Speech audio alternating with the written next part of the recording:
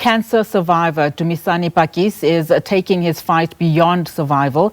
He's raising awareness about a silent killer in black African men, prostate cancer.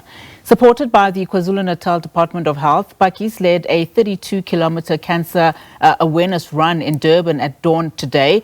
Ahead of the race, dozens of men gathered at Gray's Hospital for free screenings, a critical step in catching the disease early. The campaign aims to break stigma, dispel fear and spread knowledge, reminding men that early testing can save lives. Dumisani Pakkies joins me now. Dumisani, a very good afternoon to you and thank you so much for your time. Firstly, can you take us back to the moment you were first diagnosed with prostate cancer? What was going through your mind at that particular point? Good afternoon to you and the viewers at home. It was in 2020 when I was diagnosed with prostate cancer. Like many other men, I didn't know much about prostate cancer and I never thought it could happen to me, but boom, it hit me. I went through a lot of emotions. It was fear, anxiety, and many more. But fortunately for me, I spoke to a lot of people and I got to accept early. And with acceptance, it was much, much, much easier. Able to talk about the kind of symptoms, if any, you first noticed before you actually went to seek help? Amazing, I had no symptoms at all. Yet when I was diagnosed, I was on stage 3. And that's why we're saying to men, don't wait for the symptoms, because by the time you see the symptoms, it's already too late. So we encourage men to go and scream, even though they're feeling they're not feeling any pain or any discomfort. They must go and scream. I mean, you now shining a spotlight, of course, on prostate cancer, often, called a silent killer, as you're also calling it. Why is it particularly dangerous for black African men? As you do so, perhaps also speak about what was also the most difficult part of your journey through treatment. I think it's what makes it difficult for most of African men. Firstly, is ignorance. When you don't know, you don't know, and you think it can never happen to you. And also, it affects men's sexuality, and no man wants to touch that. To go to that. So men will always keep this to themselves. They'll always suffer alone.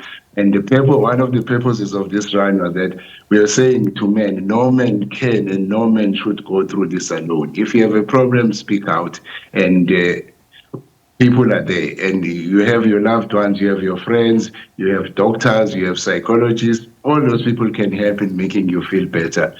And what I went through, what was the most difficult period for me when I was going through the treatment journey was the changes that this thing brought into my body. This thing, there's a treatment called hormonal therapy. It changes you as a man. It affects everything about you. Your masculine, everything. When I was going through that, I had hot flashes. I developed breast and proper breast. I had libido, many other things. And as a man, no man wants to go through that. And they don't open up, which is why we're saying to men, we are here, speak, let us help you through this journey. Interesting. And speak to us about your run. So you led this 32-kilometer cancer awareness run. Speak to us about, what transpired today and what was some of the things that stood out for you in terms of those that came out to run. In fact, the run started yesterday. Yesterday, we did 52 Ks from Pietermaritzburg, Gray's Hospital to Hlengisizwe Community Health Center in Hammersmith. And today was the second leg when we ran from Hillcrest to Durban. One of the things that impressed me the most was the support both from men and women, because we encourage the participation of women in the prostate cancer awareness because we believe every woman has a man in their lives and they need to know about prostate cancer as much as men need to know. So the support was amazing. And the sponsors who helped us get this through were amazing, especially the Department of Health in KZN helped us a lot. And I want to go back, you know, to the to cancer itself, prostate cancer particularly.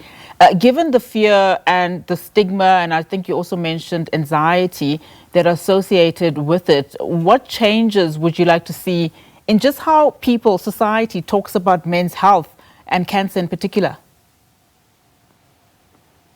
For me, the day would be when men speak freely and openly about prostate cancer, and when men know what prostate cancer is. And as you mentioned stigma, I always say stigma is uninformed opinion on something. And the best way to beat stigma is when people are informed. And we would like to have men knowing exactly what prostate cancer is and how they can beat it. Because trust me, like you said, early detection is key. As long as men know, find out early, all the problems are gone. So we like to have a situation where men, the society, in fact, speaks openly and freely about prostate cancer. Yeah, when we started our conversation, Dumisani, and as we wrap it up, we started off by saying you're a cancer survivor. So are you in remission? How long has that been? I'm in remission. This is my second year now in remission, and I'm very happy about that. But there's always fear that the cancer might come back. But I'm trying all the best I can that if and when it comes back, it finds me in a good state, both mentally and physically. But I am in remission, and my PSA at the moment is undetectable. All right, long may it last. Dumisani, thank you so much for speaking to us, and of course, for the work that you are doing to bring awareness. Dumisani Pakkies there for us, cancer survivor, speaking about prostate cancer and, of course, the importance of awareness.